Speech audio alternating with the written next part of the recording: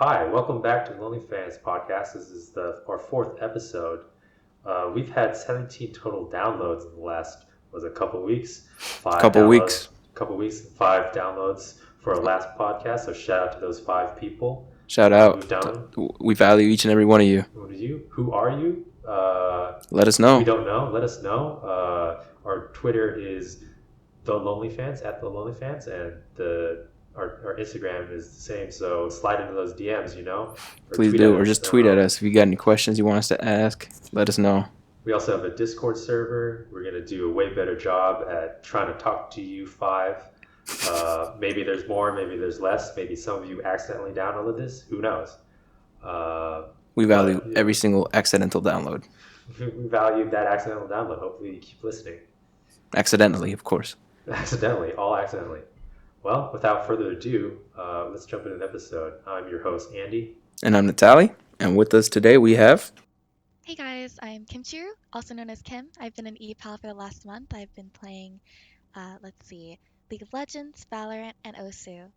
And it's great to be here. Thanks for having Yeah, me. thanks for being being on. on. So let's just jump right into it. How did you get into ePals? So I actually have a friend who does Twitch streaming, and they brought it up in one of their streams about EPALs and, just going through the website. And it's usually coming from a place of like almost bewilderment. They're like, what is this site? People are paying to play video games, mostly with women. And I was like, yeah, that's a little strange. I don't know if I want to do this, but I was like, what the heck? It's quarantine season. I'm kind of a struggling student right now. So I was like, it wouldn't hurt. So I dove into it and I ended up liking the experience a lot more than I thought I would. So What was like your first order? What was that like? my first order, gosh, I think it was for Valorant. And it was pretty nerve-wracking because it was already a five-man group as soon as I joined.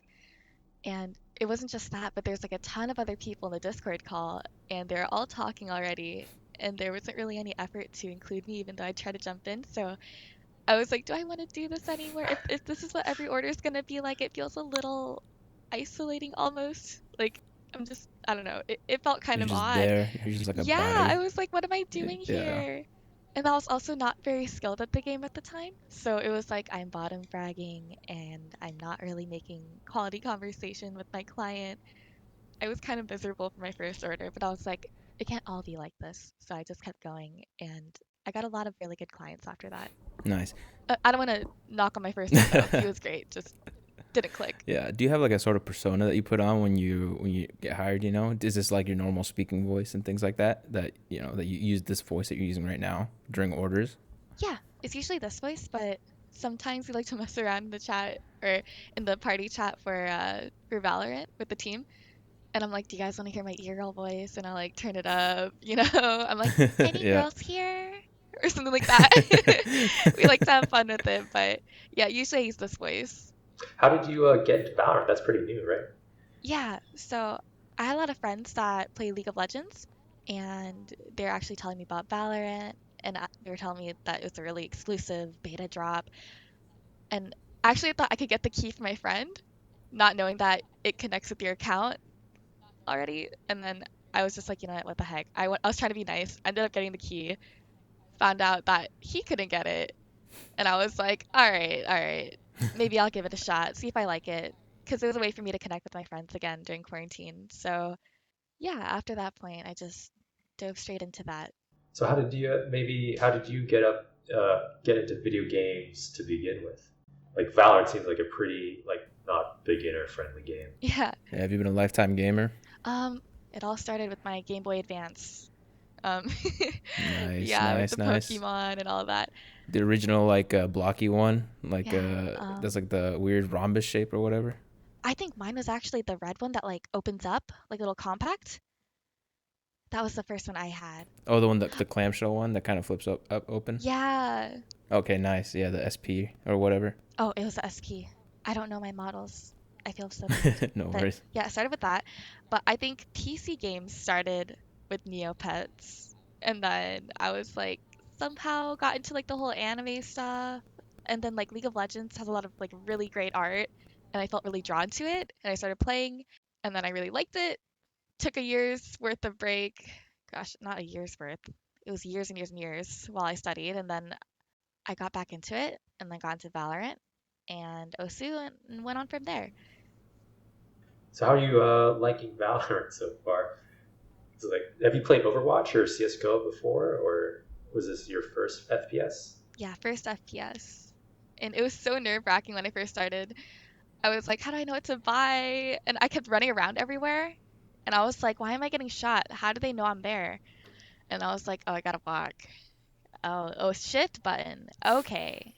All right. Control. Okay. I was like, why are people flaming me? And then I learned it, and then I liked it a lot because I feel like with League, everything snowballs. And it's like if you don't do really good, if you feed, you're kind of screwed for the rest of the game unless you like, miraculously pull through. But Valorant, it's like you feed a couple rounds, it's okay. Like I remember my first ace ever, I was feeding for the first 3 rounds, and then I was like kicking ass right after. Oh, I'm not supposed to say ass. I'm so sorry. No, you're fine. Don't Um, worry about it. It's all right. It's really okay. You don't have to censor yeah, yourself. it was a lot of fun to dive into that. Kind of going off what we were saying earlier about you found this out like via like streaming. Is that something that you want to get into too? I mean, I know you do. So, but I'm prompting you Yeah, yeah. to talk about like your streaming plans. No, I definitely I feel a draw towards streaming because it looks like a lot of fun. It looks like there's streamers that are like super duper like, skilled, like they're kicking butt and like, they're getting all these kills, but there's also streamers that are like just really engaging with their audience, and that's kind of like more towards like my Hmm. interests. I want to just like engage with people. So that's kind of why I'm interested in streaming. I'm a little nervous to like dive into it just yet, but this has definitely given me a bit more confidence to like look towards that and maybe pursue it like in the coming future. I think we've noticed that there's definitely a lot of e-pals are interested in a streaming career, I think extending from their current stint as an e-pal. Or were you? I guess you knew a streamer, and that's how you got into e-pals in the first place. I mean, do you have any sort of do you Yeah. have any streamers in your mind that are sort of the role models for success? Like, who do you like? If you were X streamer, that's sort of you'd be right. I'm really killing it as a streamer. Oh my God. I want to be like, here's my model for a streamer, but I tend to watch the ones that are like just extremely entertaining. Like Casey Tron was my god for a few years. I was like, I thought she was hilarious because I don't know. There's something about what she was doing was kind of ironic, also kind of not ironic. It was hypnotizing to me. I was like, who is she? What a queen.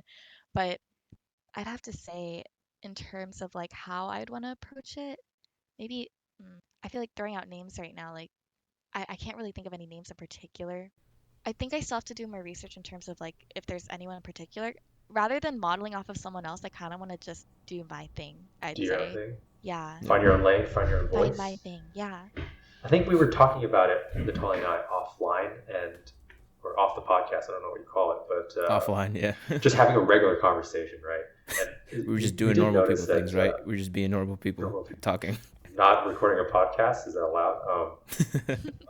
But I think we were thinking about it. It's definitely something that a lot of our guests are interested in doing. And then I try to draw the analogy of like, did you? I mean, to even consider it as a career, there must be something, some like example of success that you're like, oh, I could do this myself. But then I thought about astronauts and how a ton of kids want to be astronauts, but I'm sure they could not tell you who is their role model of an astronaut. I don't know if Oh, that's the same way for you, but unless you know an astronaut. But you're taking me back. No, I think that definitely like puts into perspective how I'm also viewing the entire, streaming. Do I want to do it kind of thing, or who do I want to, look up to in terms of streaming? I think that's a really good way to put it. Yeah. I guess it's not necessary because like at the astronaut example, but like is it just something that's just penetrated our culture? The idea of hey, streaming could be a rewarding career for people. Like that's an option when it wasn't probably 5 years ago or 10 years ago, something like that. Yeah, no, I feel like because of like, the nature of the work itself, it's like you're playing video games, you're talking to people. It seems like it would be a lot of fun. There's so much draw for it. It's like, why do people want to be famous? It's like, it seems really glitzy. It seems really like fun. seems exciting. It doesn't outwardly, it doesn't look like there's a lot of stress. I'm sure there's a lot of stress and pressure just by being in the limelight or, by having, your entire career based on, having people, you know, give you feedback and, watch you. So I don't want to just be like, it's everything is hyped up to be like, it's an easy path by any means. I know there's a lot of trials and tribulations, I'm sure, and getting into that, but ultimately, I still think it looks very rewarding. I don't think it's something I would pursue solely. Like I still have my studies to attend to. Um, but it's definitely something I kind of want to look at as like a side hustle, like something to, kind of do as I study on the side because I don't think I could like fully just dive in just yet. Like I still got a year of school left. So, It's scary too to kind of like commit like that to something like that. yeah, yeah, for sure. Well, like, what are you studying right now? Um, so I'm double minoring in bioethics and visual arts, but I'm majoring in public health Oh, right that's now. super interesting. What was the plan at least going into public health? So originally I went into college as a pre-med Hmm. and got my dreams crushed. I'm not gonna lie. Um, my gen eds, It's rough, I oh hear. God, Yeah. it was so hard. But ultimately I looked into public health because a lot of my friends are like also, former pre-meds and they switch over to public health thinking it was easier. But rather than finding it as something like, oh, this is my backup, they actually like really fell in love with public health and everything it stood for. So I was like, all right, I'll take a couple classes here and there because my original choice was like, all right, I'll just be a bio major, work in a lab. Nothing wrong with that. I think that's super honorable in its own right, but it wasn't like, the dream for me. So I went to public health, loved it. I like all the social factors that go into health. I like the whole idea of like preventing disease before it even happens. I think that's great. My main focus is epidemiology, but I feel almost more of a draw towards bioethics. I wish we had a bioethics major at my school, but we don't. Kind of sad about that. But that's also something to pursue through public health is the study of bioethics, which is also why I was like, all right, public health, let's go. Maybe I'll go to grad school for this. We'll see. But yeah, and then the visual arts, I feel like I have way too much going on in my life right now. It's like so many interests to pursue in college. And there hasn't been like any one set path for me after my freshman year. And that's also why I was like, maybe streaming should be something I should look into, or, you know, not exclusively, but I feel like I want to juggle all these different paths and interests and choices right now. I feel like I just went on a Yeah, kind of huge like branch out and tangent. That experiment was a lot. in a lot of things. No, it's all right. Um, can we talk about bioethics more? Like, what is that? Give us a crash course on what bioethics is, kind of, because that sounds really cool, basically, just the name itself. Yeah, so bioethics is basically the study of like, the morality and, the ethics of current biological practices, because a lot of our technological innovation has resulted in a lot of like ethical questions. For instance, when a person's heart stops, is that really the end of their life anymore? If someone is brain dead, are they truly dead? Do we have the right to end someone's life through euthanasia? um, yeah, there's a bunch of like ethical dilemmas, and that's what bioethics seeks to um, work with and deal with is answering those questions in a way that considers a lot of different perspectives.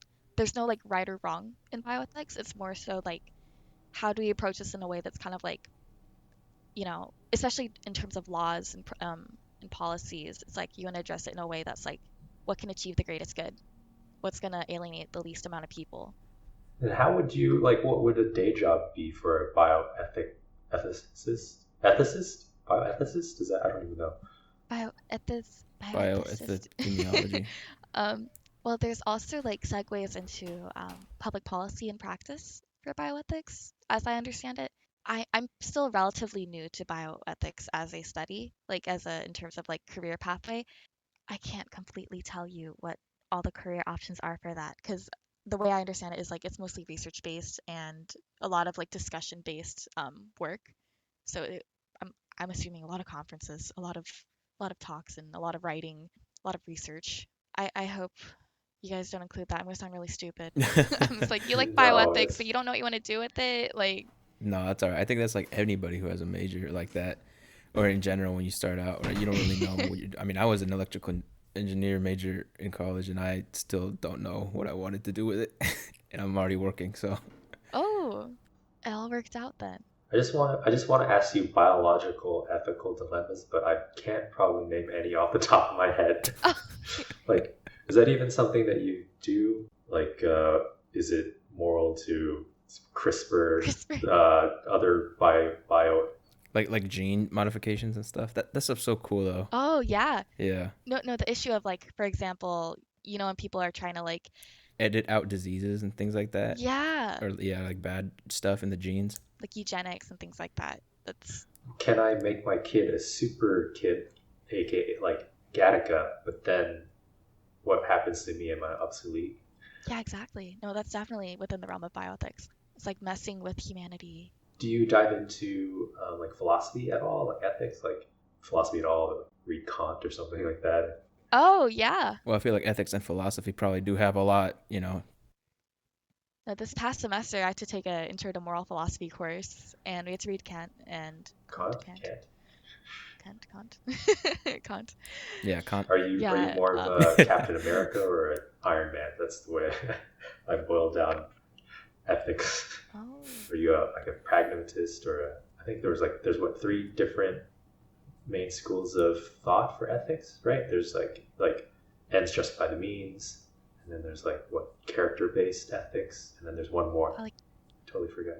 I'm thinking about utilitarianism right now still. So you're an Iron Man? I don't know if that's all these references will make any sense, but Mm, well, because Iron Man's like the letter of the law guy, kind of, and Captain America's more like follow your heart. I don't know. Anyway, I don't that's know. probably a way Follow your weird mind, follow your mind. sidetrack. So you talked about being interested in a bunch of other stuff. So you said like streaming, bioethics, things like that. What other things have you been considering that you wanted to kind of dip your toe in and explore? You said you wanted to juggle a bunch of different things. Yeah, so I also do art on the side. So I was thinking maybe medical illustration would also be a career pathway for me. Oh wow, yeah. Yeah, so it's like everything is all over the place. It's like, how do I choose? Even my parents are like, girl, please just like pick one thing and stick to it. And I'm like, I don't know. I do not know. Yeah, no, I really love art. I've been a hobby artist since, God, since I could pick up a pencil. I was like drawing anime on my desk in middle school. It was Naruto fan art and stuff. But yeah, no, medical illustration is like really capturing my eye right now. It's definitely something I'm looking into. Are there any big Instagrams for medical art? I'd be so interesting. Yeah, that's actually a really interesting niche you could get into. Johns Hopkins has art as applied to medicine. It's a program they have for medical illustration students. It's very selective, but I remember I was going through and they provided like the Instagrams of some of the students, and I was surprised that some of them don't have as large of a following as I thought they would. Sometimes it would be under 1,000 followers, and their art is incredible, but a lot of their art is like it's very varied. Some is very like detailed illustrations, like surgical illustrations, like anatomical models. Others are more like this is why I felt drawn to it actually was because they had openings for like or they were open to like more cartoon based art in terms of like illustrating different processes or like experiences of patients and things like that. And so I actually had an internship that I recently completed, and I worked with the hospital in my city, and I illustrated a bunch of posters and things like that to promote like sleep hygiene, awareness of personal protective equipment in light of COVID, and a bunch of other things. But yeah, it's great that there's an opening for that because I feel like sometimes like cartoony style art isn't viewed as professional or as regarded as highly as like realism based art.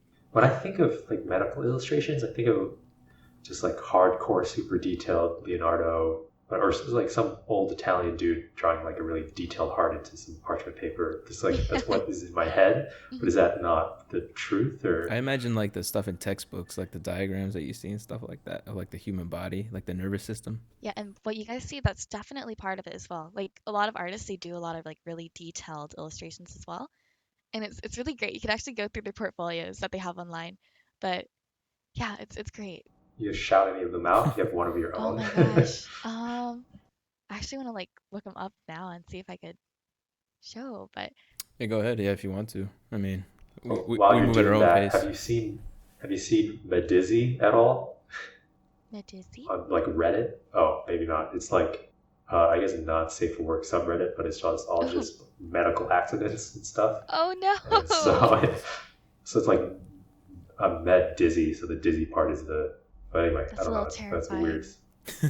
I Weird have a bit side of a note. weak heart when I see like, it's kind of contradictory. Like part of me is like I love doing labs and dissections because I was like, they're already dead. I can't hurt them. So you know, it's all good. But then I accidentally broke one of their bones. Like I had like a frog or something, and I just felt so crushed. I was like, I'm so sorry. I desecrated your corpse like this. I'm so sorry. I felt so bad. But yeah, I can't look at like living people with injuries. It just that's probably another reason why I was like, maybe I The shouldn't go pre-med into a thing. medical field. Yeah, I was like, Yeah. I can't even look at that. It's like if I saw like a bone sticking out or something, I'd be like, oh, I'm out. I'm a head out. I can't do this. No, but It's doctor, I too need the much for surgery. me. Please come back. I'd be like, oh, wait, whoop, I can't do it.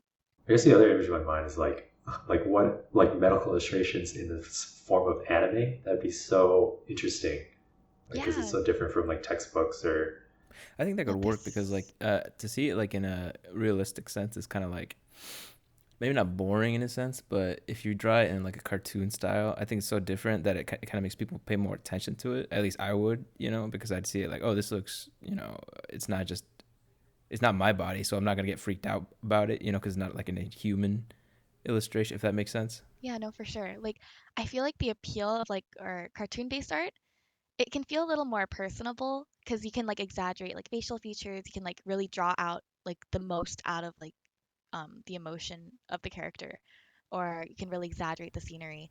So yeah, no, I definitely agree that sometimes realism it has its appeal, but I feel like cartoon-based art can like fill in some of the gaps that realism can't quite do, Yeah, can't definitely. quite fill. Yeah. I was still interested in I was still interested in like maybe like what would be rewarding about streaming for you. For me, like through EPAL, I was really like happy to meet a lot of people because with all this quarantine going on and social distancing, it's been really hard to like go out, meet new people, talk to people. And I feel like I thrive a little better when I get to meet new people. So this has been like the perfect avenue for that. Um, and I feel like through streaming, that could also help me accomplish the same things, like network more, meet more people. Um, and like ultimately, I really enjoy like being able to like this sounds so cheesy and I feel kind of gross saying it almost, but making other people like feel happy or enjoy themselves. Like, and I feel like if I'm able to like provide quality entertainment for others, that would make me happy. It's like if I could make someone's day, that would be great. Like, awesome, great. I fulfilled my life's purpose. Like, you Yeah, know, definitely. It's not cheesy. I think that makes sense because I mean that's you get that kind of satisfaction in other uh like it's the same satisfaction of just straight up helping people, right? It's still kind of the same neurons firing off. So I think it's still rewarding in that sense. And I think you're still doing like a good service at the same time. So just like making that, I think that's something that I don't know. That's we've noticed with a lot of the other people we interviewed. Like almost to a T, everybody has that sort of same answer of like they really enjoy meeting new people. They really enjoy having fun playing games with somebody, and are compensated for that. yeah, the compensation helps because I got screwed over this summer. I was supposed to have a subleaser, subletter, um, but they ghosted me, and so I have two leases to juggle right now. And I was like, oh my God, that's another reason why I got into EPAL was like, all right, nothing left to lose. If I can make even like, $5 off of this, that's $5 less that I have to pay for rent. So yeah, I was like, this is so nice. It's honestly like a dream come true to have work like this right now because I know a lot of people don't. Would you consider yourself an extrovert? I think what's interesting is a lot of people that we've met are all like introverts. Like the human interaction is kind of draining for them. Oh, I mean, I traditionally thought of myself as an introvert, and then once I started EPAL, I was like, wait, I'm kind of thriving right now. Like, this is kind of fun. Like, I found that I've actually really felt like energized, like talking to a lot of people. So I guess I feel more extroverted through this. Sure. That's so like that's super interesting. So I guess my question is that like you did have this sort of experience or these opportunities to meet this many people in real life, or is that Yeah, I, would you oh, sorry, I didn't would mean that to be interrupt you. accurate? I suppose that'd be Yeah, accurate. no, for sure. I feel like in real life it's kind of intimidating to like reach out. Like I'm very shy. Like I may be extroverted or I feel extroverted now, but Um, I've always been very shy and like apprehensive to like reaching out to people and meeting new people. So with ePal, it's like these people are coming to you for your time. So it's like it's less scary, and then that gives you a little bit of confidence boost. It's like they sought me, like they want to talk to me. So that also makes it easier. Yeah. Yeah, no, it's like they're paying to hang out with you essentially. So like you don't ever have that voice maybe in your head of, hey, do they like me or not? Or Yeah. No, that's so exactly yeah. it. Do you think like once COVID is over and all this stuff, do you think the confidence you get from that you've gotten from ePals would translate to real life? Um, I'm not sure because like traditionally if it's like a really small setting, I'm able to, reach out to people, but sometimes even in my college it feels kind of hard like to talk to new people still. So I don't know. I'd hope so. I'd hope that confidence carries over. I feel like it's more of a matter of like just practicing, just being like, hey, you know what, you know how to talk to people, you know how to communicate, so like just go out there. Yeah. I mean, you must be pretty. I mean, I imagine gotten your small talk skills pretty good or Top Oh, notch. sharpened, to a top notch T. small. Nice. Yeah. That's actually a really good skill Like, to know just in the real world. So for like networking and things like that. So I think, I mean, as long as if you could take one thing out of it, the small talk building skill. Oh yeah. and talk for one Valorant game at a time length with people. You'd be like, I have superpowers for how long is a Valorant game? 40 minutes. I can 40 talk minutes. about the So weather. whether, well, I guess you could always. I think with the video games, you could always fall back to, hey, I can talk about Valorant. I guess real life, you're less sure about whether or not they Oh yeah, for have sure. that one topic. But it'd be super interesting to check it back in with people after is over and see how like the confidence they seem to get from e-pals translates to real life. Yeah. Well, who knows when Yeah, that's for going to be, though. sure. So that's an unknown timeline at It's this on the, point. Uh, so a couple months nerve-wracking. to a year. Yeah. No, nerve wracking. How? It's like I don't know, cause my school still hasn't like released anything about are we gonna be remote this year or not. Mm. And it's like, oh my gosh, I think money is just a big stressor for me. It's like I signed a lease that says I have to pay $3,000 if I want to break it. Why did I do that? Because I signed it in January. But Yikes. yeah, I hate talking about the rent stuff. It's boring. It's not exciting. But yeah, I actually want to circle back to the having the game to fall back to thing with Valorant. I actually used to offer eChat through ePal, and after my first client, I had to stop because it felt kind of difficult not having the games to fall back to. And also, I feel like the client base that comes through eChat can be a little different.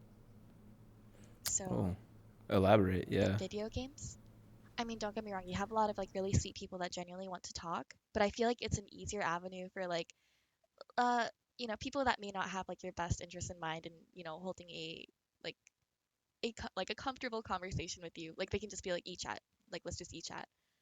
So, So is there? I think with video games like Valorant, like if I'm buying a Valorant game, right? There's I guess the boundaries are already set. We're gonna play Valorant. We'll maybe small talk, but also some of our attention is focused on the game, right? yeah. But with eChat, I guess there's no It's just you two. It's clear. just that's the subject. That's the focus. Well, Yeah. that's the focus, but then it's like, what are people's expectations going in? I know a lot of people kind of wrongly view ePals as like a dating site or something like that, and then when you give them that opportunity of ePals, they kind of misuse it. Yeah, no, it definitely opens up that window, I feel like a little bit further through e-chat. Yeah, so like you stopped after one time. Yeah, That it was got really enough. uncomfortable. I That was was enough. like, Just no. Yeah, even after I took it down, I still get like inbox messages. They're like, hey, you wanna do e-chat? And I'm like, no, I don't do that anymore. But if you want, we can play Valorant or League or Osu because it's kind of a safeguard. Yeah. I mean, obviously you don't do it a lot, but like, what would a healthy eChat experience look like, right? I guess what would somebody with good intentions be using eChat for? Um, well, I think the easiest way is to have like some sort of shared activity through it. Like if you're watching like, an episode of an anime together or, you know, you're just talking about your day, like something just really like casual. Because some people kind of use it, like you said, kind of like they want to move towards dating talk, or they're trying to make advances at you, and it's like, bro, like, not here for that. I'm an e-pal. I'm not your e-girl anymore. Like, but So yeah, I guess. So I've noticed that anime is pretty popular. I mean, it could be a wholesome activity. Like, hey, we like. I don't watch any anime, but I guess Avatar. I don't know if that counts, but be fans of it. Oh, yeah, for sure. what if I could use it to force people to enjoy the activities I like, or like listen to the music I like? I mean, Just be like, talk to me about this fangirl with me I go to over. eChat to practice my stand up and make people clap for me. oh my God. I'm just kidding. You know, I'd No, be open to that. It is as long as it's nothing that's like, you know, something that could make the other person uncomfortable. Like, Yeah. it's all good. Like, you know, I'm kind of here to entertain you as well. It's like you're paying right? for my time. So it's like I'm here to listen to you and hear you out. Like if you want to do your Yeah. stand up, like honestly, I'll make myself laugh. Like I mean, I'll probably find something actually genuinely funny about it, but you know, it's all about like my job as an e-pal is to make you feel comfortable as well. Part of that is just like I need to go out of, my comfort zone as well in terms of like finding enjoyment in other things, I think. So I try to keep an open mind about it and, you know, try to, dive into these new, maybe this new music. I'll listen to new music because I've Mhm. had like, sometimes I have people from EU servers try to play Valorant with me and they don't tell me they're EU even though it says it's NA on my profile and I'm like, "Oh my God." But in the time that we have anyways, they'll try to like share their music with me and stuff. And I'll listen to it. And initially it's like stuff I wouldn't listen to. It was like another language. It was like another style of music. Oh, interesting. Yeah, but I listened to it and I was like, you know what, this is actually not bad at all. So it's like I feel like having that openness to things, it kind of opens up like, you can find new things that you might be interested in that you might have been apprehensive about in the first place. So No, For that sure. makes so much sense. I remember playing Truck Driver Simulator. The best part of it was listening to like British radio stations and not knowing any of the songs. Or like there was like a French house station, and I was like, I've never heard Ooh. any of these songs before, and there's a lot of them in English. And I was like, I don't hear this on the radio at all. But that'd be so interesting to listen to European music. Yeah, it's so crazy how much Yeah, content is out there that we have like probably no idea about, like this French house artist that you found on Yeah. Truck Driving Like Deep Simulator. House. Hey, I'm not hating, man. I mean, I drive trucks for a living, so well, not really, but they I got work on them. Ooh. there was a Manchester station. I don't know why I listened to that. I think I just like listening to the ads that they had about like sports betting. Wait, so, I'm still stuck on this idea of like having friends through e-pals. Like, sometimes it feels weird to I have like things I like, but I would never tell my real life friends. I could go to eChat and make them And make talk to Listen people them to be about it. this. talk to them about it, just like entirely one sided. Be like, oh, this movie was so great, blah blah blah blah blah blah, or just like rant. I don't know. That's probably too far though. I don't know. I'll listen to your rants, Andy. Aw. Oh yeah, so nice, That's so so sweet. nice. Like, what's your plans for the future? What are you like in the next 5 years, or once you're done with school, Oh or my God. 5 years, that's so far. Honestly, I try to take it a little bit at a time. I think the furthest ahead I can plan is a year Hmm. with how I am now because like my life has been so like tumultuous as of late. A lot of stuff in my personal life, but also like in terms of my interests and how they shift. It's I know for a fact I need to take a gap year or two and like figure my shit out. Oh, sorry, I said the word. You're good. Don't worry Figure about things it. out. Oh gosh, yeah. Within the next 5 years, so I definitely want to like engage more confidently in my interests for sure. Like in terms of like my artistic pursuits, as well as, like gaming as well, because I always had like a really low confidence when it came to gaming because I always thought I wasn't very skilled, especially with League of Legends. I've been playing since 2013, never really learned like how to, which items do I buy and, which runes and masteries do I pick, but or like even how to use the champions. I was just like I kind of just playing, just play. I was like I take just it playing, very right? casually, yeah. But I Uh, know some of my friends, they like research it and they're like, how to, use your combos properly. But now they have like extensions and things like that that can like automatically tell you, you know, which ability do you pick first, or what item sets do you buy, and things like that. So that's not even a worry anymore. So yeah, there's so much content out there. So especially with that, it feels like a little less scary to like, play games more and like, look into like more gaming based pursuits. Yeah, I remember that's such an opposite experience from mine. I remember as a kid, I would just play Halo all day. Oh I was my like God. really, really good at Halo, right? Because I just played it an hour a day every single day because that's time you Wow. have when you're in middle school, right? Uh-huh. But then now I suck so much at first person shooters. I am Oh terrible. my God. Like it's like the reverse of you. Like I was confident as a kid, and now I'm just so I just play like single player games now, like Stardew Oh. Valley and stuff like that. It's like the complete opposite experience. But I guess, yeah, I guess it's cool that you're building your confidence in the games and whatnot. There's always what the burden of knowledge of being good at games. But I mean, That's there's nothing wrong with playing games casually, right? yeah, yeah. I just hate losing so much Well, that if you're a real gamer. if But you're a I've real been gamer. humbled by my losses. No, I wish I could. Yeah, no, I wish I could approach any game casually because I just get steamed. No, probably not that bad. But it's like, yeah, that's a really interesting approach. I mean, have you noticed that you've gotten better at Valorant? I think those sort of games where it's shooters are a little bit less knowledge based than League of Legends. Or Oh yeah, no, for sure. Like with Valorant, even I've had like customers or clients, I don't like saying customers. Um, like they would order from me like earlier when I first started, and then they'd order me again now. And there was like a huge gap between their orders, and they were like, "Wow, like you really improved." And it would be like a backhanded compliment. One guy was like, "You're not as trash as you used to be." I was like, "Bro," Thank you. I was like, "What do I say to that?" Like, but yeah, no, yeah.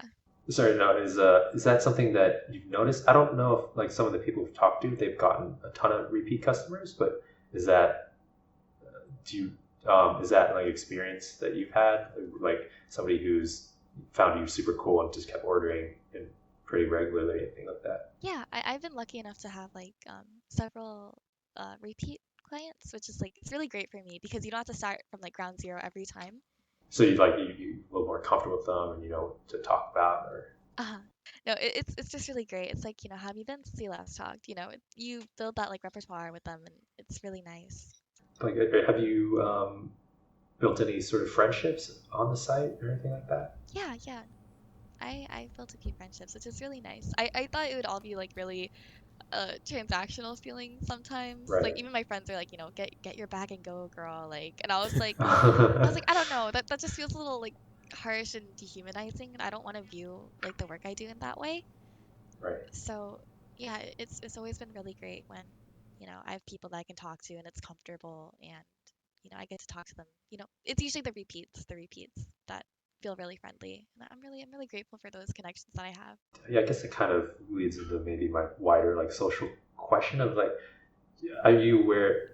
You probably aware of like simps or like that sort of term or that culture. It's a, Oh yeah, yeah, for sure.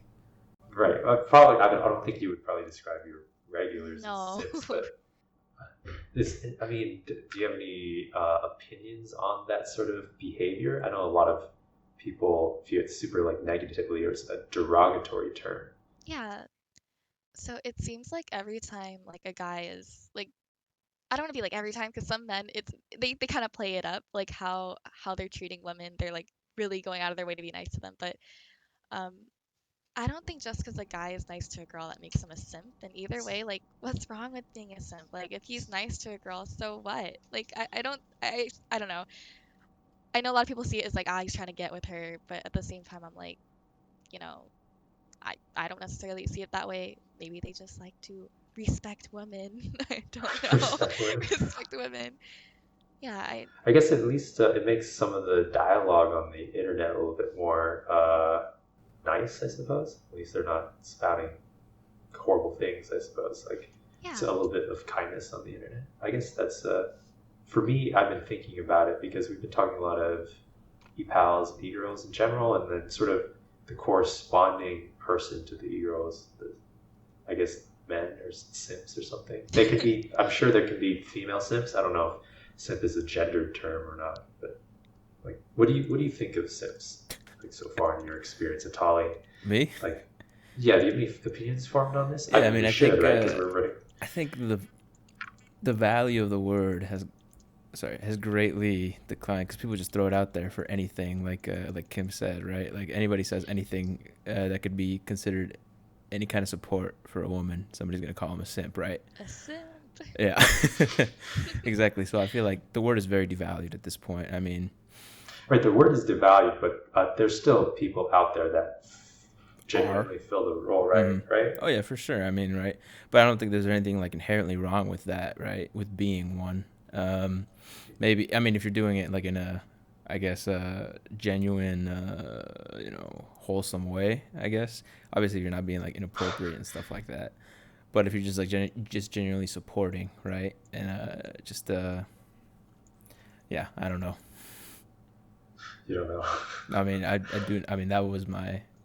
I don't know. I guess, yeah, I don't the term know. simp has been around for a lot longer than the current, Right, the right, past right. year or so. So I think There's like I think there's a CS:GO player whose username is simp, so that's so unfortunate. Oh, The MVP simp. MVP I simp. played against someone called Simp on Valorant before. I was on the other team. They were playing Breach. I remember it so vividly because I was like, "Why aren't you simping? Stop killing me!" This isn't your name at all. I know. Yep. I mean, I guess I mean, do you consider yourself an e-girl in a way? Yeah. I mean, I don't know. I think there's like some historical. I mean, the history only goes back so far to like when Right. computers started. Wasn't too long ago. But there's that context of like, I don't know. Like, is there like a sexual based context to the term e-girl? I think Like, there was at there some was, point. right? Yeah. I think it was sort of like a derogatory term Yeah. to sort of like address at like level at Twitch streamers or female Twitch streamers. Yeah. And then it got co-opted, I think, more positively into an aesthetic. Yeah, into and a general sort of, aesthetic. Yeah. and then now I would say it's maybe sometimes it can be a positive term depending on how you use it. But I don't know. How do you consider the term? I mean, would you call yourself an e-girl? Is that a positive thing for you, or just neutral, or a negative? I definitely agree the term's been co-opted in recent years, and as much as I want to consider myself an e-girl with all the positive context there could be with it, because it's really cute, the e-girl aesthetic, but sometimes I'll be in game and there's like some really not so great team members and they'll refer to me as e-girl and like be really disrespectful and I was like, bro, like don't treat me any differently just because I'm a girl. Like, I'm still playing the game. I'm still out fragging you. Like, what is going on? Like, are you sad? Like, what's up? Like, He's salty. So you're like they're getting owned. And, man, I think I dated myself. Owned. And then they lash out and call you e-girl. Yeah, they're just like, e-girl, buy me this. E-girl, what are you doing? E-girl. I'm like, bro, just What? silence yourself. Silence bottom fragger. Like, don't speak to me. But I guess it becomes sort of an easy derogatory term to throw at people. yeah. I mean, I don't want to go there, but I don't know if the response is like, okay, simp or something like that. I don't know. I mean, maybe you could, but I don't know if that's exactly the That's right too far. way. Yeah, I don't want to take that word, from nice simps. I guess, yeah, I don't know, maybe there needs to be more like understanding. I mean, do you engage in any of the e-girl aesthetic, or like is it just like has it become an aesthetic, you think, like that people are interested in dressing like?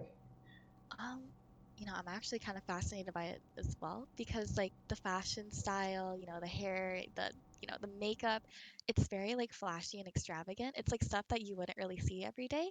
So it feels like within the context of internet culture, because it's so vast, it feels like acceptable. It feels like, it just feels like art in its own right. So, um, gosh, the question was coming from how the e-girl aesthetic came to be, or No, it's totally interesting to like get your perspective on it. But yeah, I guess that's part of the culture, right? Of the e-girls, like some of them are really there's. I mean, we have like do you believe in like cosplayers, this and you have like cosplay different types of e-girls, right? yeah. or like your gamer e-girl? I guess I don't know if you consider yourself that. but Headset, gamer chair. headset gamer chair, DX Racer, pink DX. Oh DX God, Racer. yeah. I don't know if that's a stereotype of like, oh, all female gamers have like all pink everything, or I don't know. I I think was that's sort of tempted. I'm not you were gonna lie. tempted. Yeah, and then I got my cloud headset. It's Cloud 2. And I was like, "Oh God, it's red. Now I have to get red things so it all matches." But yeah. I think a lot of dudes put girl gamers down for like having an aesthetic of like, oh, all our stuff is like themed in color, but I think it's actually really cool because it takes a ton of time, Yep, to and then coordinate Yeah. that. sometimes you have to make like compromises in the things you buy because like it's not the color that you want, and And She I has think and just style. even Wow. those same dudes are the ones who've got like this like rig, and then they got their whole like messy room. It's like male living space personified and shit like that, or or The stuff like like box that. under the RGB bed. everywhere, Yeah, exactly. like Mattress on the floor, lawn chair. Oh God. Lawn I chair. think I definitely have like a respect for it because I imagine if I tried to replicate it on my own, like, all right, not pink everything, but like blue everything, I don't think it would look nearly as nice as some people's, like how they set it up. But Aesthetic is hard yeah, work. Gotta get the big LED aesthetic. lights. Yeah. Get LED lights. You gotta get those triangle lights that every single tech Ooh. YouTuber and Twitch streamer has. Like those LED panels they glue to the. I don't know if you Yeah, use in the like those really background. weird in the Yeah. background, and they're really expensive, like the LED leaves. I don't know. Yeah. Oh yeah, I Maybe I saw. could rant about that. Kind of shifting gears a little bit. We Uh-huh. asked you a question about. Well, I mean, kind of ties into everything. So, you if you could give a TED talk about something, what would it be? I think you mentioned that college kind of kicking your butt. So, Yep. yep. Kind of what kind of like lessons have you taken from that? Oh gosh. I mean, first of all, I'm sure a lot of people can relate to this, but high school was a breeze. Maybe a lot of people can't relate. I don't know. For me personally, it was a breeze for me. I went to a really small school, so it was really. I really don't want to like brag. I really don't want to brag here. I was Hey, just gonna even say I had a brag good away. time. We're a brag friendly space. Okay. I'm about to like tear myself down in a second. So just to put it in context, like class president, student council president, like valedictorian, all that stuff, right?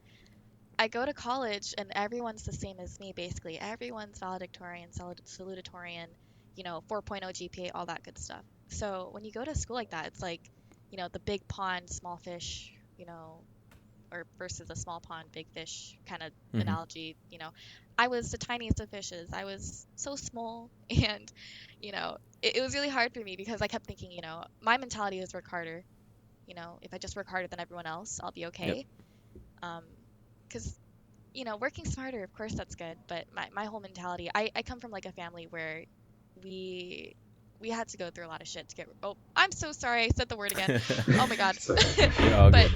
Don't worry about it. they really had to pull themselves up by their bootstraps. So I came into college with that same mentality. It's like, I'm going to come in here, I'm going to work harder than everyone else, and I'm going to be great. But sometimes working harder doesn't get you that far. And I was losing sleep. I wasn't doing well. I was losing sleep to catch up, and then I'd catch up and lose sleep. And it was just like a constant snowball effect. And I was miserable. I was really miserable. Mental health was, you know, just awful. Mhm. um, yeah, that's how it was first 2 years of college. It was really bad. I didn't have good friends. They encouraged me to. I'm sorry, this is getting really deep, but just to segue into the TED Talk portion, it's like, you know, I was able to separate myself from all that. I learned to take care of myself better. Like, self love is really the biggest thing I learned in college, first of all. It's like I started going to the gym, I started eating better. Um, that was also a huge thing for me because I gained so much weight. That also was like a huge downer for me, especially as a woman. I feel like that was just god awful for me. Um, Mm-hmm. and with my grades and everything, I was able to form a better support circle. I joined a sorority, which actually helped me a lot. Oh gosh, sorority girl talk. But um, yeah, my TED talk would be all about getting comfortable with those failures because I kept ignoring them. And because I kept ignoring them, I just kept digging a deeper grave for myself, essentially.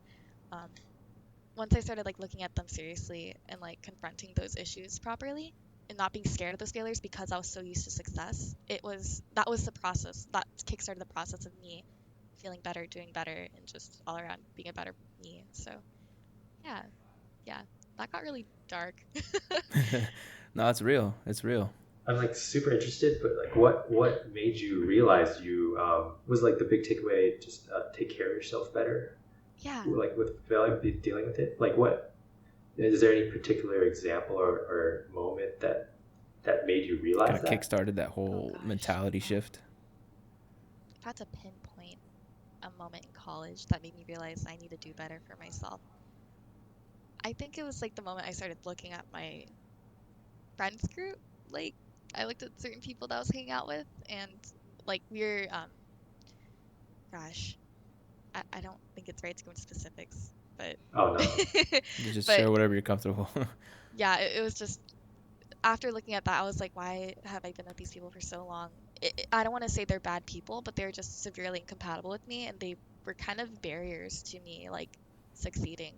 Like they were kind of like reinforcing these really negative practices and like, negative approaches to like my studies and like my life. They kept encouraging me to like binge eat and things like that. It was really bad. So yeah, it was a good step for me was when I kind of like had that moment and I was like, all right, this needs to stop. Needed like get better support. Yeah. Yep. Nice. So you just, I guess maybe to my summation, summation is like you just realize they didn't maybe necessarily have the same values as you, Yeah. and then that, okay, Oh, there's that's another like very moment. interesting. Um, oh my God. Now it's coming to me clearly. This is the biggest thing for me. And I actually am so grateful. This is biggest thing. Talk to your professors. Don't be scared of them. Some of my professors were awful, but this one in particular is really great to me because I remember I was having trouble with my exams. So I went to see her and she was like, maybe you have testing anxiety. She was like really motherly. She was so adorable. I really love her. But she actually like, was the one who gave me the phone number. She's like, here's counseling services. You might want to check it out.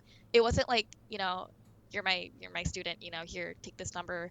I'm required to do this. It felt really like a genuine conversation. She felt like really concerned about, why I wasn't doing too well in her class. So I took the first step. The call, I was shaking as I made the call. I was like, oh my God, I'm going to counseling. That's like, am I that messed up? But I don't think mental health should be that stigmatized. It's honestly, I wish everyone would go to therapy. Everyone probably has something to work with, or, I feel like the world would be a better place if everyone had the same access to the services I had, or, Yeah. yeah, it shouldn't be so stigmatized, I think. Yeah, I agree with you. I think so. I think about that a lot of time. A lot of the times. Like, what if like there was a mandatory? Everybody like once a month goes to some sort of a therapy session or something, right? How Yeah. much do you think that could do to like an individual and then like society as a whole? I guess. So. Yeah, I feel like we're such a grind culture. It's always like work, work, work, go home. Try to unwind. Like I know people who just like study and study and study, and the only time they have to decompress is through video games. It's like, yeah, video games are great, but I feel like you should take care of yourself a bit better, and part of that might be examining why are you studying that crazy? Like I don't know. It just seems like too obsessive. Like studying is great, but when you're doing it that hard, it's like, are you okay? Like I want to check in on you and make sure everything's good with you. Like I Yeah. don't I don't think studying should be like the forefront of your life. It's great. It should be a priority, but your health should come first. You should not be doing things at the expense of your health, in my opinion. Do you think that maybe extends to like streaming at all? Or do you notice like some people just, I know some people like there's streamers that do it 7 days a week and stuff like that, and like there's definitely like the algorithmic pressure of, oh, you got to post all the time and be just generating content all the time. I mean, have you ever taken into mental health in terms of content creation on in the internet? While I can't really look at others right now as like a basis of a discussion, I can definitely look at myself, for example, with EPAL. It's like I don't give myself a break. Every time I try to be like, okay, on this day, I'm not going to do any EPAL work. I'm going to, focus on myself, check in with friends and all that. I get like messages on Discord asking me if I'm available, and I slip right back into it, and I'm like, damn it, I'm like, or dang it. Um, but yeah, no, I definitely feel like it's important to take those breaks for yourself. And you're right, the algorithmic pressure to like always be generating content, always be on the grind. I feel like that can be really Always be on that unhealthy. grind. Like, Yeah. I think it's something that's kind of, I mean, prevalent in ePals on Twitch, right? There's so much top heaviness of it. There's some people that we've talked to that have a day job and they only can do it on the side and they don't have as many orders. And then whereas there's people with like tons of free time and they're always online, always accepting, and they rocket up to the charts, right? Like being top 10 or being featured on the site is so huge for getting extra orders, right? It's so difficult to get started. I feel like a lot of people, they're always like, for ePal, it's like you have to be like really active on Discord for some people in order to like generate orders. I've been really lucky that I've never touched the Discord outside of like filing a ticket. Um, I'm really fortunate to be where I am. I'm really glad. I don't know how it happened, but Oh, like the thank you. EPAL Discord? Yeah, the ePal Discord. They have a Discord? Andy, how are we not on this? No, no, we are on the. There's just so many people. It's so easy to interact. I think that's why I'm scared of approaching it. Yeah, it's like you're jumping in and there's people. There's already clicks and people are in the things and which channel you post in or whatever. Yeah. But you haven't necessarily had to do that yourself. It seems like there's drama too. Oh, I heard. Drama. Yeah, there's tons of drama. Why? I mean, it's always interesting for me to read like the community posts or just kind of follow along. I mean, have you used the community posts yourself or anything like that? Or not really. I think I posted once just to like post. Put out like my scheduler thing. I tried scheduling games. It did not work. Because I would be like, hey, are you ready for your 2 p.m. game? And they're like AFK, and I'm like, okay, damn it. I did it again. I'm so sorry. But I have to push everything back. So, that's also a thing that can be really stressful about ePal is juggling orders and scheduling things, and then finding time for yourself between all that. Because some people are only available and it's dinner time. But yeah. What's your general schedule? Oh my god, I wake up and oh my gosh, lately I've been not sleeping properly. I woke up today. I woke up at 3:30 p.m. EST, and I was like, oh my god. I was like, I have podcast stuff. Oh my god. And I was like, oh, Pacific time. I looked at the email. I was like, thank god. And because my Wi-Fi wasn't working for a while too, when I was trying to log on, I was like, you gotta be kidding me. I was like, this is the worst time ever. Wait, no. Did you think we scheduled it at like 3 a.m. or something? Oh no, 3 p.m. EST. 3 p.m. EST. So wait, so you woke up. Oh wait, so you have like you're nocturnal right now, or? Pretty much, which is really bad because I have like a summer program I got accepted for, and like they have morning Zoom things at like 9:30 a.m. on Wednesdays. Thank God it's once a week. I'm probably just gonna stay up all night, go to the Zoom, and then crash. Yeah. Just keep staying up and then fix it. Yeah. I had a roommate who did that. He's like, I'm just going to stay up all night. Just spin the sleep cycle all the way around. Oh my god. Maybe that's what I should do. I'd love to get your opinion on like maybe changes you'd like to see on the site, like for maybe small creators, like promoting those sort of people more, or like how, I don't know, any thoughts that you might have. I'd be really interested in that. My biggest bone to pick with ePal is the payment option, first of all. I definitely want to focus on small creators, of course. That's also important. But like, I feel like functionality right now is like my biggest focus. So that's one thing. Also, they take a pay cut from both the client and the ePal. I have a 10% cut, which just feels we have a awful. fee too on our end, right? Yeah. And I'm just like, I understand like we're using your services. You guys are doing your thing, you're a business, but it almost feels a little too excessive to some extent. But Wait, so the bone to pick was like the payment options. Can you elaborate? Is this what you mean, or?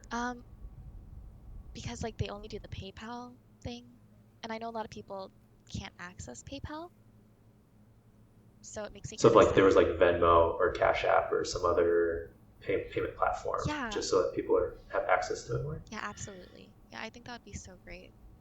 So like maybe sometimes you get like interest from people and then they realize they can't use PayPal and then they just leave the site forever or something. Pretty much, yeah. I've had a few people. They're like, "Oh, my PayPal isn't working."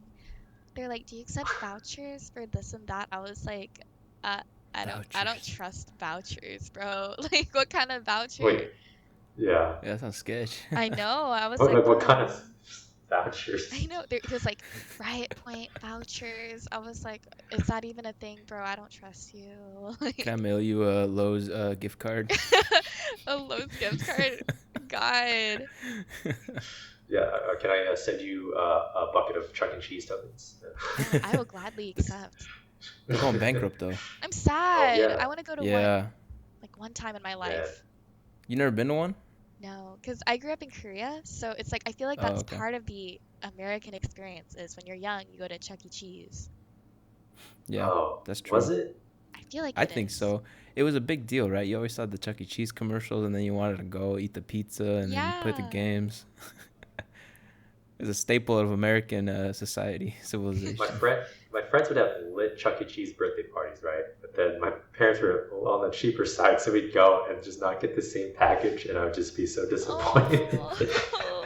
But that's how it goes, immigrant mentality and all that. So, Oh The yeah. only times I ever went to Chuck E. Cheese was when it was like one of my rich friends having a party, so they had took care of all the tokens for me, so I didn't have to worry about it. dude, the tokens are just the biggest scam. It's so much money just to play any game, I knew somebody who was but like it is. he was the Chuck E. Cheese mascot at the time, and they paid him so little. Oh. He had to hustle, had a side hustle within Chuck E. Cheese. He was selling tokens Oh my to God. people. That's amazing. That sounds Hey, like a very low stakes like crime ring. Like yeah, here's Get your ten bag. dollars worth of tokens. yeah, get your bag, man. I'm all for it. Wow. So you grew up your English is really good for, I guess. I mean, you Yeah. grew up in Korea. Yeah, I went to an English speaking school though. Not international, I was not bougie, I swear. I went to like a military base school. I'm from a military Oh, background, interesting. so yeah, I promise it's just like American public schools or stateside American schools. So yeah, Well, don't they learn English in Korea as well? Or yeah, for sure. Like learning yeah, English is kind of like everyone pretty much studies English as they yeah, go through nowadays, school. yeah. Yeah, Koreans are so study centric. It's very study centric culture. I can say that I'm Korean. It's all good. Like lived there for 16 years, bro. Koreans are great. Their barbecues are great. They dress really well. I would say they have top tier Asian haircuts, Oh if yeah. I do say so myself. The haircuts. I mean, Korean hairdressers, top notch. I get a haircut for $8 and they style it too. It's really cheap. Whoa, Yeah, jeez. they do the whole thing. Yeah, that's not the case with my Korean hair person. Oh, they upcharge. But they're great. I don't know. I Quality can't assured. complain. I mean, I gotta look like a boy band member, something like that. BTS oppa. Despite not looking like a boy band member. At least I kind of am there, maybe. Probably You're not. well on your way, Andy. I think you got the I'm boy on my band way. look right now. Uh, I don't know, yeah. I mean, this might be too personal, but like, are you in the States right now and enjoying that, I guess? Do Um, you ever have any go back to Korean things? oh yeah, I try to go back for the breaks because I miss my family. Oh, All yeah. my family is there. So yeah, at least most of my family. I don't have a lot going on stateside other than friends, which is great, but I miss my cat. She's in Korea and she's so cute. Her name's Soupy. Oh, soupy. Yeah, her name's Soupy. Soupy Soup. She's so cute. Soupy soup. She's so fluffy.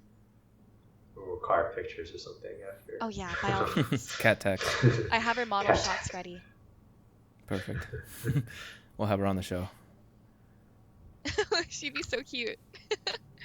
Okay, I don't know. Okay, super out of left field, but like random, maybe potentially last question. But I think it's so interesting that a ton of the EPALs people that we've talked to have such positive experiences from their time on EPALs in terms of like meeting people and all that sort of stuff. It seems like, the more people, it just seems positive to be meeting people a lot. And I guess my opinion, I don't know what your opinion is, but it feels like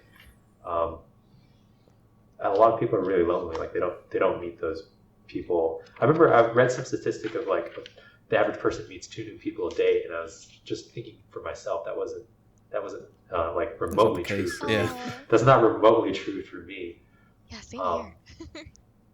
I guess at the core, is it just positive meeting new people? Just is it like the new perspectives that you meet of like people, or I don't know. It's just the fact that you just come away with a positive interaction with just a human. I mean, I think obviously we're social animals and we need that. I think, or we'd go crazy, right? Yeah. I don't know. I don't know. Was that a yes or no question? I think that was just a bunch of That's just like your spiel. thoughts. That's my thought. But I guess the maybe the greater question is like, is there any way to replicate this success? I think of EPALs, of like these positive experiences that people have, like online and in the real world. A ton of people would love to break out of their introvert shell. It seems like most people do, and meet these people. Is that, you think that's ever possible in real life, or maybe there might be something positive that comes from EPALs and COVID and translates into a more kinder world after? You know, first, I feel like EPAL is kind of booming at the perfect time, amidst all the COVID. But in terms of replicating this experience, I feel like it's a bit difficult because the transactional basis of the relationship, it's like, how could we get people together? Like, let's see, because you're kind of like guaranteeing like a positive experience on EPAL. How can we do that in real life without the incentive of, Mm. I paid money to talk to this person, so I want to make sure the experience is good. I paid money for it. And the other person going, oh, this person's paying me money. I want to make this a positive experience as well. Um, in some ways, I feel like maybe that's just a cultural change that needs to happen in terms of like, I feel like the world could be a little nicer than it is now. Because at least where I'm at, I've had a lot of negative experiences with just like everyday interactions. I don't know. People kind of look out for themselves a lot in the city I'm at. It's very, yeah, it's like people don't open doors for each other. It's like the little things, or people Yeah. see people struggling, they don't like offer to help. And I remember just being really shocked by that, because I come from a culture of like, see like little old woman crossing the street, you're gonna go help her, like it's like really cute things. And not seeing that being so embraced in the place I'm at, I was really taken aback. I feel like I wish we had like a cultural overhaul in terms of like, you know, kill people with kindness. I want more people to embrace that kind of mindset. Like be nice to people. Life is short. Like let's try to have those positive interactions because like going about your day not really doing anything for others, it's like it feels kind of lacking. I always feel good after I do something for someone else. Like a little thing, knowing you helped make someone's day better. And that kind of circles back to why I like EPAL work. It's like I got to help make someone's day. And that was great. I can go to bed happy now.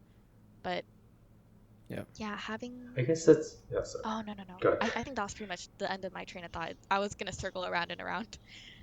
ahead. No. I mean, maybe I is this too of like a boomer millennial thing of like, do you think our culture is maybe a little bit more lonely than the last one? I mean, there's always that statistic everybody pulls out. It's like, uh, our parents were banging each other way more than we are. And that's probably What? Oh I God, remember I don't That's want to reading think some about article. that. yeah. Okay, yeah. But it's just, I don't know if it's true. Do you think it's like, our I mean, with like Instagram, it's way easier just to stay home and sort of get your human interaction online, as opposed. But maybe there's nothing wrong with getting human interaction online. Yeah, Maybe if it's easier, or if it's so positive, or I mean, generally positive, I guess. Deep house and whatnot. I feel like a lot of people have this view of technology being the barrier to like genuine and meaningful human connection. And part of me agrees with that. It's like you can kind of feel like a pseudo connection just going through Instagram, seeing people. I feel like that kind of elicits at least some response in you. It's like, all right, I'm seeing people. I don't feel so lonely. But in other ways, I feel like technology is great, like the age we're living in is great in terms of being able to meet people. Like EPAL would not be possible without technology, and it's bringing Yep. you close to people from all over the world. So I don't want to be like our generation is lonelier, but I kind of want to be like, I feel like more people are complacent with not reaching out as much as they could be because technology can kind of give you that, like, that feeling of you're okay by yourself. Like, you don't need to like reach out. You can get that, satisfaction of just seeing other people on Instagram or, watching videos and feel less lonely. Like I do that. Sometimes I feel like, a little alone. I'll just open up YouTube and I listen to someone talk about like a movie. I love watching movie reviews. But it's not the same. It really is not the same. It'll never be the same. And Yeah. yeah, I so think I think we need to stop trying to relate it because like you said, it's not the same, right? But it's a yeah. different form of that kind of connection. So people are like trying to conflate the two when they're their own distinct avenues, I guess, and they lead to their own types of relationships and interactions and things like that. So I guess it's, I think one thing I was interested in is like, do you think the experience you have of meeting a ton of new people through ePals, could that be replicated for somebody who isn't an ePal? I guess like maybe I was trying to take it like how could this be applied in real life? But I guess how could this be spread out on the internet even more? I guess that's an interesting question, myself at least. I don't know if you all understand what I'm getting at, but It's hurting my brain a little bit. I'm like, how could we replicate that? I don't know. I think it's just so cool that like in a way people are a little bit less lonely because of ePals. Because Yeah, I don't know. I Like mean, Kim there's said, I probably think it's kind of hard to replicate that because of the transactional nature of it. So I don't know that it is. I mean, I don't have the answers to like how we can replicate it, and I think this would take a lot of effort, I guess, to study that and try to replicate it. maybe it's just ePals is that special sauce where people who are introverted can just be safe and meet people and have that be a positive Yeah. experience. I guess. The method for sure. Yeah. eBell still probably has a lot to work on though to become the ultimate ideal spot Right. for it. Yeah. I mean, I'm sure there's tons of introverts out there like that would probably never think about doing this, but might in a way be a positive experience for them to meet people. But Yeah, I know a lot of people are aversive to it actually. So like being an ePal or just engaging in the service. both, for both of those. Yeah, I mean, yeah, sure. Yeah, some people are just uncomfortable. I think they don't just understand it either as well. They probably still have some other preconceived notions of what it might be. Yeah, absolutely. Yeah. Yeah. If for your fellow introverts that or extroverts or introverts that might think they're introverts right now, would you recommend this as a way to break out of their shell? Yeah, I definitely would because what do you have to lose, honestly? Like, there isn't much to lose, and it's fun. And at the end of everything, even if you don't like it, you can say, I got to be an e-pal. I had this experience. It was very interesting. Not a lot of people can say they did it. And yeah, I feel like a lot more people would like it than they think. A lot of people are apprehensive, but it's a very small barrier to overcome, I think. And you get paid. And you get paid. Hey. All right. Well, with that, I think we're close to time. Thank you so much for being on. Yeah, Kim, Why really don't you appreciate your time. Thank you for Why having don't you me. shout yourself out? How do Yep. we Oh, get Plug all at your you on socials, ePal? all your Yeah. avenues of. okay. I'm Kimchiru on ePal. Kimchiru Woo. It's like, oh my gosh, maybe I should spell it out.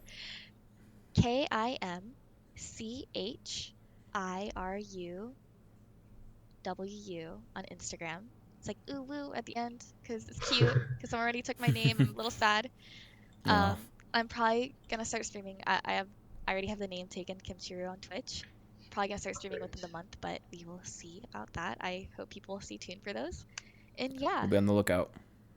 I'm looking forward to starting. Thank you guys so much for having me. This has been so much fun. Yeah, awesome. We're glad you had a good time too.